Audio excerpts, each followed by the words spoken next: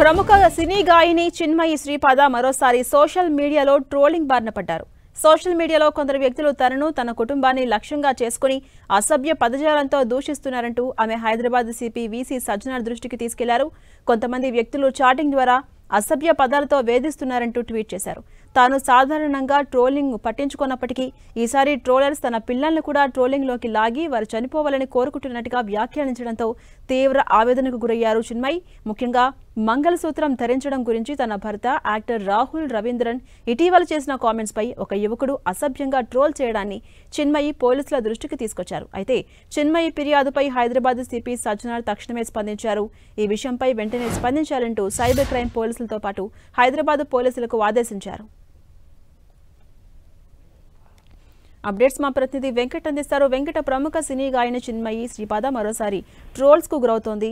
ఇప్పటికే పోలీసులు కూడా దీనిపై స్పందించారు. అప్డేట్స్ ఏంటి? సోషల్ ఇష్యూస్ పైన ప్రముఖ సింగర్ చిన్మయి తన సోషల్ అకౌంట్ లో తరచూ స్పందిస్తూ ఉంటుంది. కానీ ఇవి ఒక్కొక్కసారి వివాదాస్పదం కూడా అవుతున్న పరిస్థితి అయితే ఉందని చెప్పవచ్చు. అయితే ఇటీవల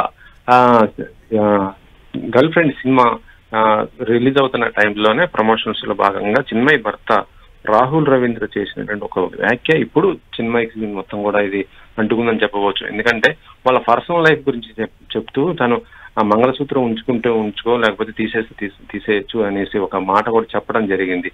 అయితే అది చిన్మయికి చెప్పడంతో ఇప్పుడు ఈ విషయం పైన సోషల్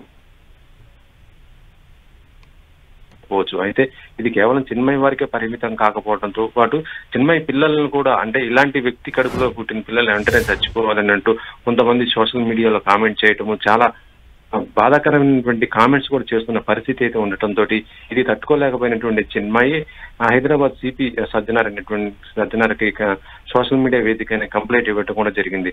చిన్మయి ఇచ్చినటువంటి సజ్జనార్ కూడా తీసుకోవడం జరిగింది. ఇది హైదరాబాద్ పోలీసులు ట్యాగ్ చేసుకోవడం వాళ్ళు కూడా చెప్పడం జరిగింది. ప్రస్తుతం దీనిపైన కేసు కూడా ఫైల్ చేస్తున్నట్టుగా హైదరాబాద్ పోలీసులు కూడా చెప్తున్న పరిస్థితి అయితే చెప్పవచ్చు.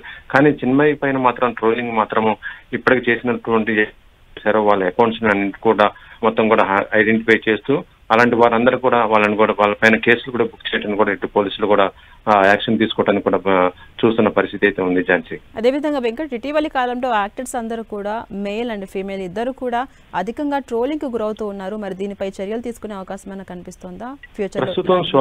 ప్రస్తుతం సోషల్ మీడియా వేదికగా జరుగుతున్నటువంటి ఇష్యూస్ ఏదైతే ఉన్నాయో వాటిపైన చాలా మంది సినీ సెలబ్రిటీలతో పాటు మిగతా సెలబ్రిటీలందరూ కూడా అన్ని రంగాల్లో ఉన్న వాళ్ళు కూడా కొంతవరకు ఇబ్బంది పడుతున్న పరిస్థితి అయితే ఉందని చెప్పవచ్చు. ఇక గ్లామర్ ఫీల్డ్ అయినటువంటి సినిమా ఇండస్ట్రీ పైన ఇది ఎక్కువ ఎఫెక్ట్ పడుతుండటంతో ఇటీవల చాలా మంది సెలబ్రిటీలు పోలీసులను పరిస్థితి అయితే చెప్పవచ్చు. ఇటీవల మనం చూడొచ్చు డీప్ ఫేక్ ఉపయోగించి కూడా మెగాస్టార్ చిరంజీవి పైన కూడా కొంతమంది ట్రోల్స్ చేసిన పరిస్థితి ఉంది. దీనిపైన ఆయన కోర్టును కూడా ఆశ్రయించడం జరిగింది. కోర్టు నుంచి కూడా ఎవరైతే ట్రోల్ చేస్తున్నారో అలాంటి పైన యాక్షన్ తీసుకొని ఎవరు కూడా దీన్ని మిస్యూజ్ చేయొద్దంటూ కూడా ఆయన గతంలో కోర్టు నుంచి ఆర్డర్ కూడా తీసుకురావడం జరిగింది. ఇలా సెలబ్రిటీలు అందరూ కూడా తమకు జరుగుతున్నటువంటి సోషల్ మీడియా వేదిక జరుగుతున్న ట్రోల్స్ ఇప్పుడు పోలీసులని ఇటు న్యాయస్థానాన్ని కూడా ఆశ్రయిస్తున్న పరిస్థితి అయితే ఉంది.